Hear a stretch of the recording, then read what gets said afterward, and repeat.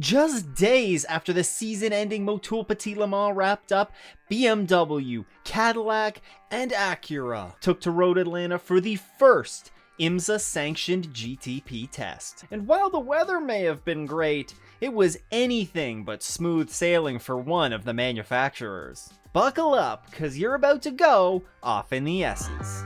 We're gonna kick things off with BMW, one of three cars that was there to take the track. One of three manufacturers, pardon me, that took to the track for this LMDh test.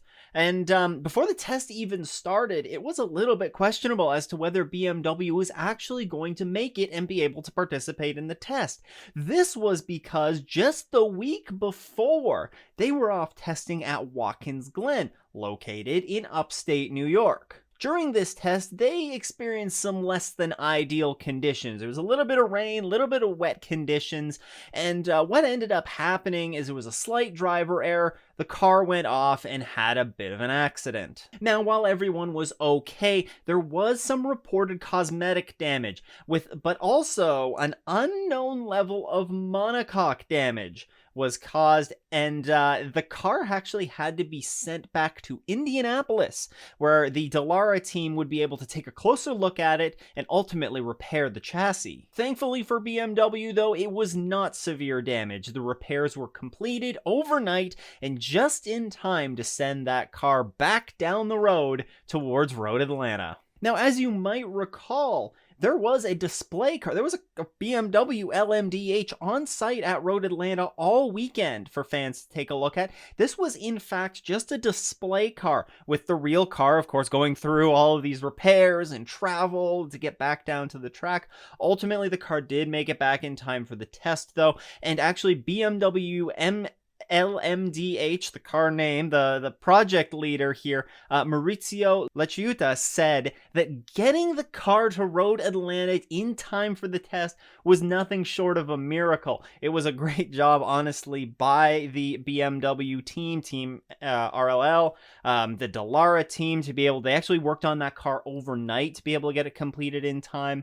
And this was actually really key for BMW because, admittedly, going into this test, there was a bit of lack of mileage that they had put on the car. It was also understood that in a previous test that had taken place at Sebring, they also had some issues with the car there that really didn't allow them to get very much mileage on the car. But thankfully for them, during this test, their troubles didn't really carry over here. And on day one of this 3-day test at Road Atlanta, BMW had already declared it a success for them. At the conclusion of day one, they were calling it a breakthrough day for them. They completed a significant number of laps with no major issues. They talked about completing technical programs that they were looking to accomplish, and really just logging laps, which is something that, according to the team, they haven't really been able to do that much. So there was tons of good news coming out of the BMW camp on day one.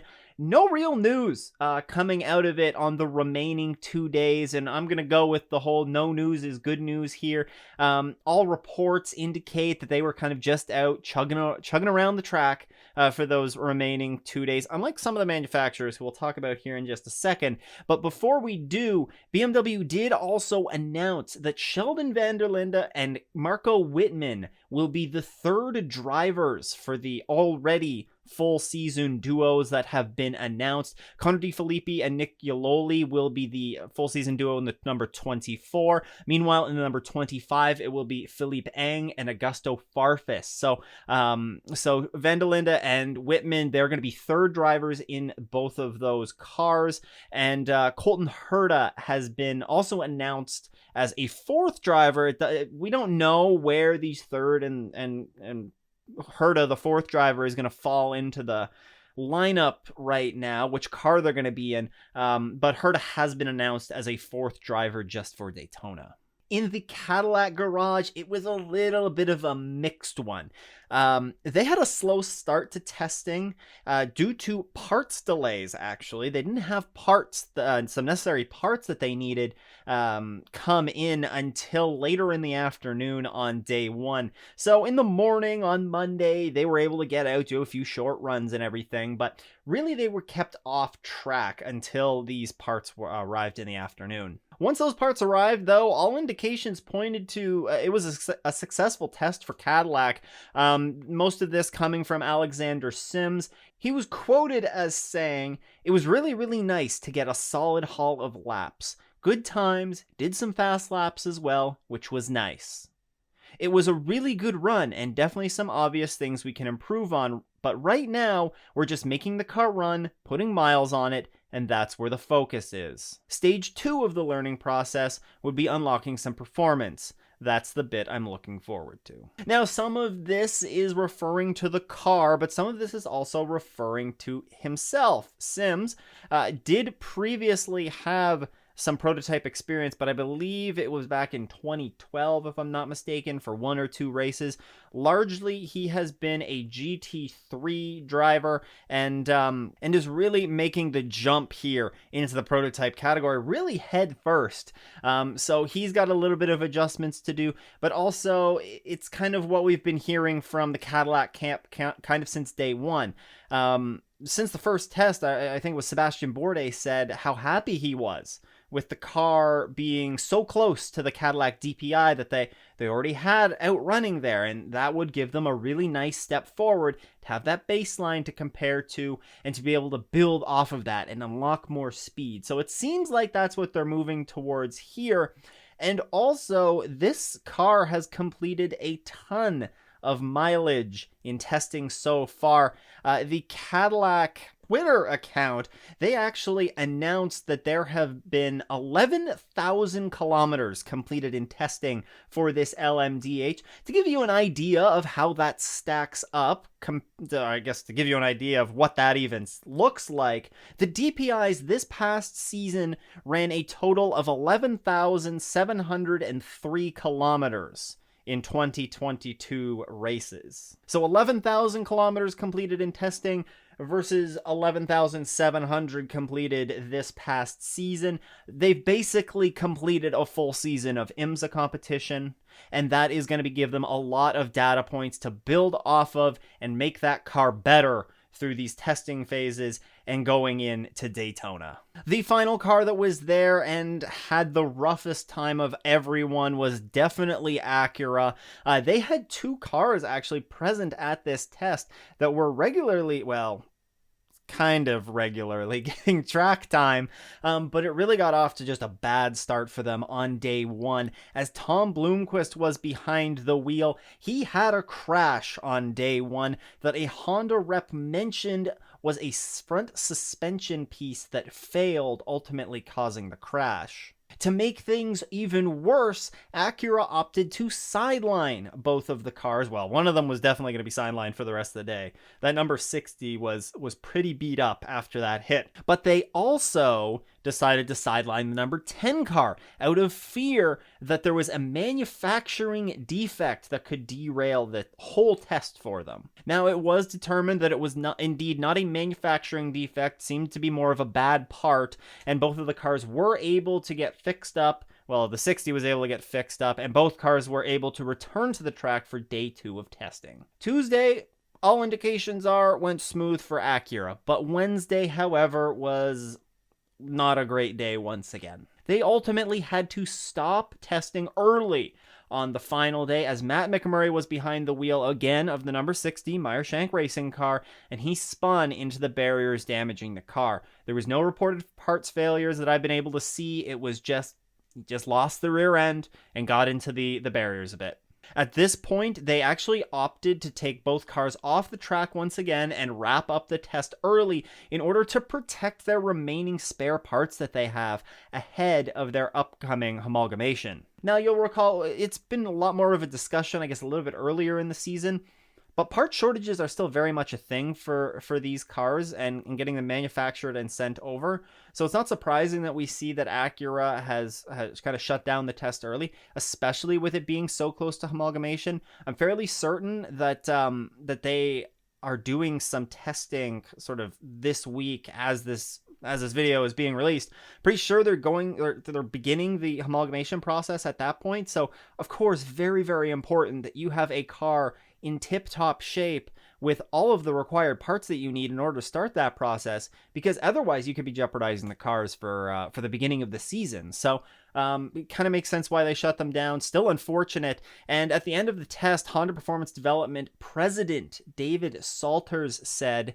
personally, speaking about development of the new car, the powertrain, the electronics, the software, wow, we've got a mountain to climb. He also admitted that even though they're a bit behind, having one car in the hands of the recently crowned Meyershank Racing Team, as well as having a car in the hands of the equally capable Wayne Taylor Racing Team, that they're confident that they're going to be able to catch up, just being able to kind of double down on the testing that they've been able to do and be able to catch up to the other manufacturers. I mean, man, oh man, just going into this test, coming out of Road Atlanta, really what Petit Le Mans was, and then going in and hearing these cars on track, lots of videos out there hearing the sounds of these cars and really in good quality for kind of the first time, and just knowing that the next IMSA race that we see is going to feature these cars in it, man, it's really setting in, and the excitement you can really feel is starting to build.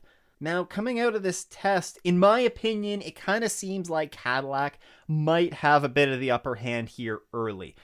We talked about the positive driver feedback that they've had really right from the word go, and then really put on top of that the sheer amount of laps and testing that they've been able to do with that car. It really sounds like they're positioning themselves strongly throughout sort of this testing filled off season and into homologation and ultimately into the Rolex 24. On the flip side, Acura hasn't really been doing too great, it seems. It seems like they might be starting to just trail behind a little bit. Now, you know what? Maybe this shouldn't be too surprising, as they were the last car that at least appeared to seriously start their testing. They were the last car to unveil of the four that are going to be racing in IMSA next year.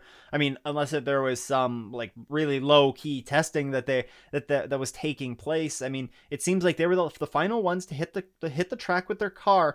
So maybe it's not surprising that they're a little bit behind the 8 ball, and we don't know what the testing schedules ultimately look like for these teams for the rest of the off season. We know that track space is limited and that all of the tests are going to be booked. It's going to be unlikely that they're going to be able to add much more testing onto this over the course of the off season. So we'll see what Acura rolls out there, how the rest of their off season goes. There's still plenty of time left, but early indications seem like they might be a little bit behind the 8 ball heading into Daytona. I also think it should be mentioned here just the sheer amount of information that got knocked out last week during this testing was absolutely phenomenal. Not only from just, there were some YouTubers that were there, David Land, GT Rain, Racing Nation TV are a couple that I saw put some videos out there about the testing, but then also Sports Car 365 and some of the news outlets as well. They put out some really great articles, some great informative content